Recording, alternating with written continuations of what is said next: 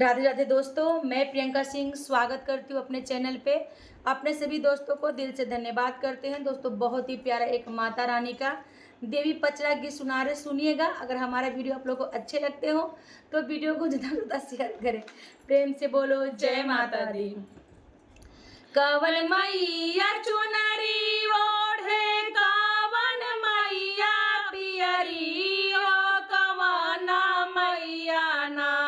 कवन मैया चुनरी ओढ़ी, कवन मैया पियरी हो, कवन मैया ना। करे सोला हो सिंगारवा, कवन मैया ना।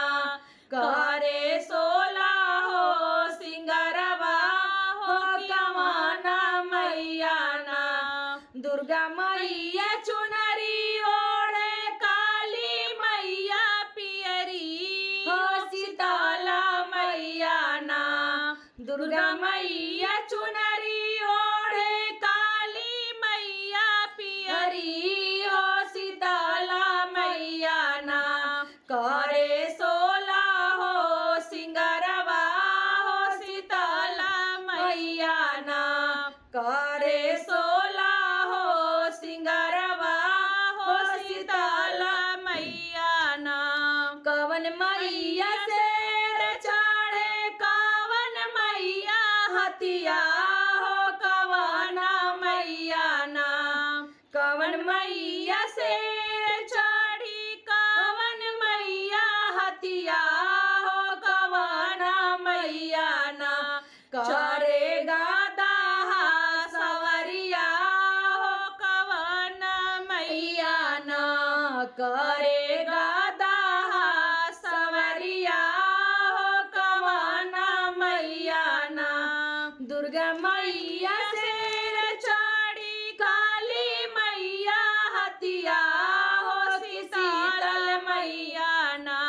दुर्गा मैया शेर चढ़ी, काली मैया हथिया हो, शीतला मैया ना।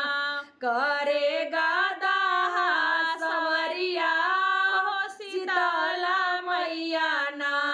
करे गादा सवरिया हो, शीतला मैया ना।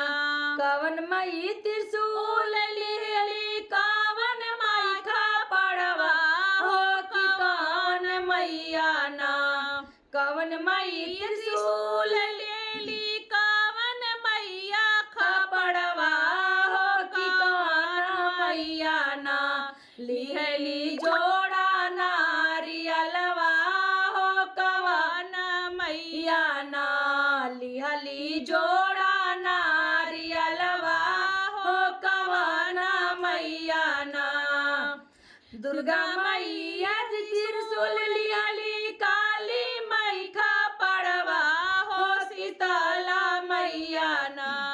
दुर्गा मई त्रिशूल लिहली, काली मई खपड़वा हो, शीतला मैया ना।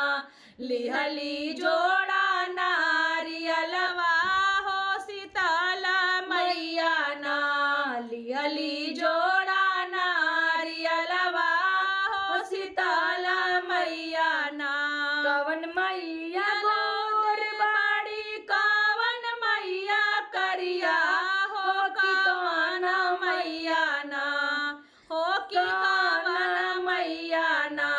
बाड़ी आंगिया के पतरी हो, कवन मैया ना। बाड़ी आंगिया के पतरी हो, कवन मैया ना। दुर्गा मैया गोर बाड़ी, शीतल काली मैया करिया हो, शीतला मैया ना। दुर्गा मैया गोर बाड़ी, काली मैया करिया हो, शीतला मैया ना। बाड़ी आंगिया के पतरी हो, शीतला मैया ना। बाड़ी आंगिया के पतरी हो, शीतला मैया ना। जय माता।